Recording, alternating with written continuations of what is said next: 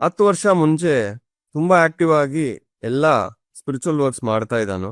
ಈಗ ಮದುವೆ ಆಯ್ತು, ಮಕ್ಕಳಾಗಿದ್ದಾರೆ. ಬರೀ ಪ್ರೋಗ್ರಾಮ್ಸ್ ಅಟೆಂಡ್ ಮಾಡಿ, ಊಟ ಮಾಡಿ, ಎಲ್ಲರಿಗೂ ಹಾಯ್ ಬಾಯ್ ಹೇಳಿ ಹೋಗ್ತಾ ಇರ್ತಾರೆ. ಈ ತರ ತುಂಬಾ ಜನ ಇದ್ದಾರೆ. ಏನಾಗಿದೆ ಅಂದ್ರೆ ಲೈಫ್ ಒಂದೇ ತರ ಇರಲ್ಲ. ನಾನು ಈ ಮೆಡಿಟೇಷನ್ ಬರೋ ಡೇ 1 ಡಿಸೈಡ್ ಮಾಡ್ಕೊಂಡಿದ್ದೀನಿ. ಎಂಥ ಪರಿಸ್ಥಿತಿಗಳು ಬಂದ್ರು, ಲೈಫಲ್ಲಿ ಎಂಥ ಸಿಚುವೇಶನ್ಸ್ ಬಂದ್ರು, ನಾನು ಕೊನೆ ತನಕ ನನ್ನ ಸರ್ವಿಸಸ್ ಅಲ್ಲಿ ಕಾಂಪ್ರಮೈಸ್ ಇಲ್ಲ, ಕನ್ಸಿಸ್ಟೆಂಟ್ ಆಗಿ ನಾನು ಮಾಡ್ತಾನೆ ಇರ್ತೀನಿ ಅಂತ ನಾನು ಸಂಕಲ್ಪ ಇಟ್ಕೊಂಡಿದ್ದೀನಿ. ಬ್ಯಾಚುಲರ್ ಆಗಿ ನಾನು ಸ್ಟೂಡೆಂಟ್ ಆಗಿ ಮಾಡ್ತಾ ಇದ್ರೆ ನಿಮ್ಗೇನ್ ಬೇರೆ ಕೆಲಸ ಇಲ್ವಾ ಮಾತುಗಳು ಬಂದಿದೆ. ಎಲ್ಲಾ ಕೆಲಸಗಳು ಇದೆ, ಇದನ್ನು ಕೆಲಸನೇ ಅಂತ ಹೇಳಿದ್ರು. ಉದ್ಯೋಗ ಬಂದ್ರೆ ಇದೆಲ್ಲ ಮಾಡೋಕ್ ಆಗಲ್ಲ ಅಂದ್ರು. ಮಾಡಿ ತೋರಿಸಿದೀನಿ.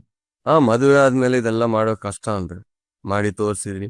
ಮಕ್ಕಳಾದ್ಮೇಲೆ ತುಂಬಾ ಕಷ್ಟ ಅಂದ್ರು, ಅದನ್ನು ಮಾಡಿ ತೋರಿಸಿದೀನಿ.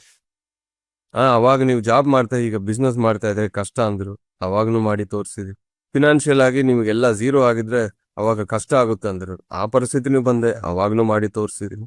ಇನ್ನು ಮುಂದೆ ಎಷ್ಟು ಪರಿಸ್ಥಿತಿಗಳು ಬಂದ್ರೂ, ಯಾರು ಬಂದ್ರೂ ಯಾರು ಹೋಗಿದ್ರೂ ನನ್ನ ಕೆಲಸ ಸ್ಟಾಪ್ ಆಗಲ್ಲ. ಯಾಕೆ ಅಂದ್ರೆ ನಾನು ಹುಟ್ಟಿರೋದು ಇದಕ್ಕೆ. ನಾನು ಹುಟ್ಟಿರೋ ಕೆಲಸ ನಾನು ಮಾಡಬೇಕು ಅಂದ್ರೆ ಯಾರ ಪರ್ಮಿಷನ್ ಬೇಕು, ಯಾರಿಗೂ ಭಯ ಪಡಬೇಕು, ಯಾರಾದ್ರೂ ಬಂದ್ರೇನೆ ಮಾಡ್ಬೇಕು ಅಂತ ಇದೆಯಾ?